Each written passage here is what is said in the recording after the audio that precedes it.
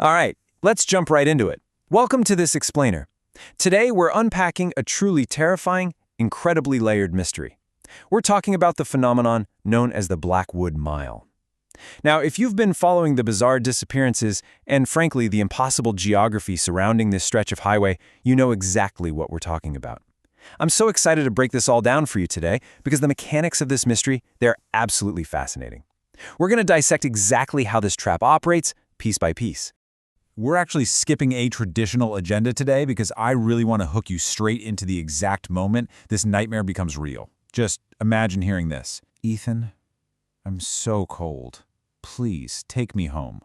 Picture sitting in an isolated diner, just trying to get out of a massive storm. The wooden door creaks open, painfully slow. The lights flicker. But it's not some towering clawed beast that steps out of the freezing rain. No, it's Ethan's sister, Emily. And she's looking exactly as she did the day she died. I mean, the same brown jacket, the same comforting smile, even the tiny scar right above her eyebrow. It's the ultimate emotional manipulation, perfectly designed to freeze a victim in their tracks using their own grief. And that brings us to the core question of this entire mystery. What happens when the road you're driving on is literally alive? We aren't just talking about your standard haunted house or some monster lurking in the woods. No, we are talking about a sentient, evolving geography. Keep this question in the back of your mind as we go through the evidence, because it seriously changes everything about how we understand survival in this story. Okay, Section 1, the immediate threat, the shapeshifter. Let's dive into this by analyzing the physical entity that actually manifests inside that diner. Because that thing wearing Emily's face, yeah, it doesn't keep that face for long. The bait is agonizingly perfect. All of Ethan's memories, the funeral, the overwhelming guilt, the regret, they all come flooding back. He actually takes a step toward her, but then the sheriff who's in the diner shouts, "Stop!" and the disguise completely shatters. Emily's smile stretches way too wide. Her jaw just drops. You can literally hear bones cracking beneath her skin as her body twists into something impossible. The entity's skin starts shifting like smoke, constantly changing faces every few seconds. We're talking a child, an old woman, a police officer, a grieving father. It isn't just copying these people, it is literally wearing them. The sheriff identifies this thing as a shadow eater. It's a creature that feeds on guilt and grief. It learns exactly what hurts you the most, and then it uses that to break you. But the mechanics of its trap are terrifyingly specific. Once you answer its voice, it owns your soul. The creature tilts its head, and suddenly hundreds of whispers echo from inside its body, people laughing, crying, begging for help. Ethan even recognizes the voice of a little girl from a previous phone call and a deputy from the radio. They're all missing travelers, still trapped, still alive in some terrible, twisted way inside this thing. Which leads us to Section 2, the trap's mechanics, a sentient geography. Because the crazy thing is the shadow eater, it's really just a symptom. The real problem is the entire world around them.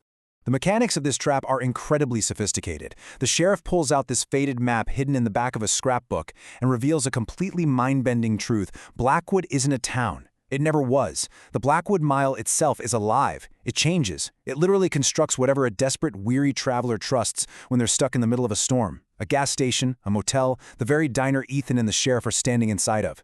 The road creates these places specifically to make travelers stop. And it's been doing this for centuries. And then, suddenly, the rain just stops. There is absolute silence. Outside the diner, even the wind disappears. This environmental shift is immediate and, honestly, absolutely terrifying.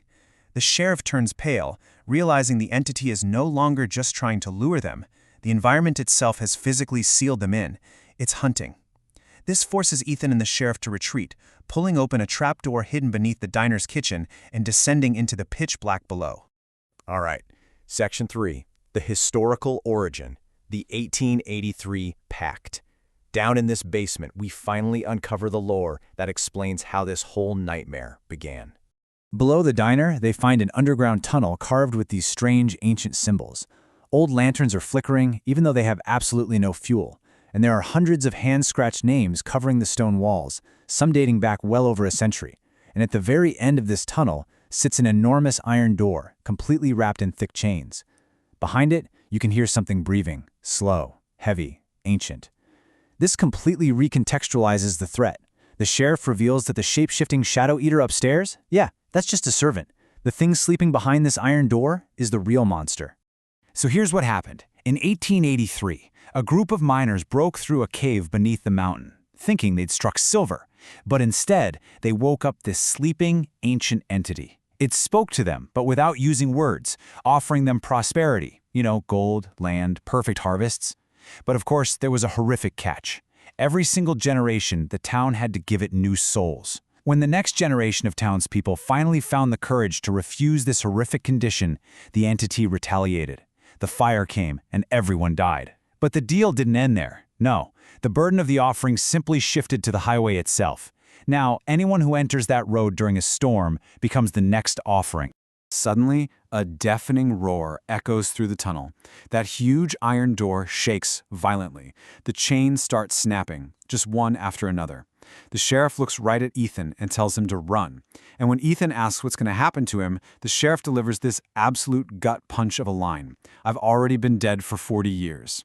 The sheriff fires a single shot into the ceiling to collapse the tunnel, sacrificing his spectral self just to buy Ethan a few precious seconds. Moving to Section 4, the escape and the curse. So Ethan scrambles back up through that trapdoor, but the diner is completely empty now.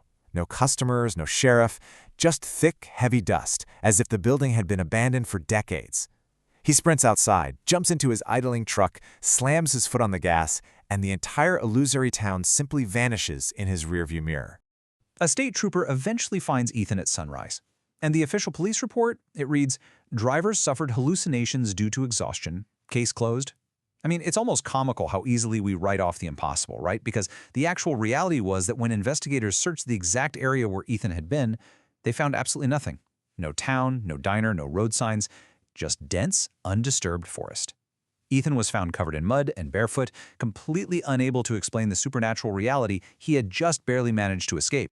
Flash forward 6 months later. Ethan is trying to do everything right. He quits his job, he moves entirely across the country, he swears off driving at night forever, he tries therapy, medication, literally everything. But the nightmares, they don't stop. And worse, every single time there is a storm, he hears it. 3 slow knocks on his front door. Knock, knock, knock. Because the Blackwood Mile isn't just a physical place, it's an attachment. One day, a package with absolutely no return address shows up on Ethan's porch. Inside is the exact same scrapbook the sheriff had down in the diner, but there's a new page added to it. It's a fresh newspaper clipping of a smiling family who recently went missing near the Blackwood Mile. And scrawled at the bottom in fresh red ink are 4 terrifying words. The road is hungry. It is actively taunting his survival. You see, these stories aren't just meant to entertain us or scare us, they are meant to warn us. So, if you are ever driving alone through the mountains during a heavy storm and your GPS suddenly chimes in and says, "Recalculating," Step 1, do not stop. The road is actively building the trap around you. Step 2, if you hear voices calling out from the dark, even if they sound exactly like someone you love, do not answer them. And Step 3, if someone knocks on your door 3 times, never, ever open it. Because, as we've learned, some roads never let their travelers leave. Which brings us to our final thought to leave you with today. Did Ethan ever really escape? Or is the road simply waiting for its next offering? Maybe Blackwood was never a specific place at all. Maybe it's just waiting for someone lost enough to believe they're almost home. Keep your eyes on the road.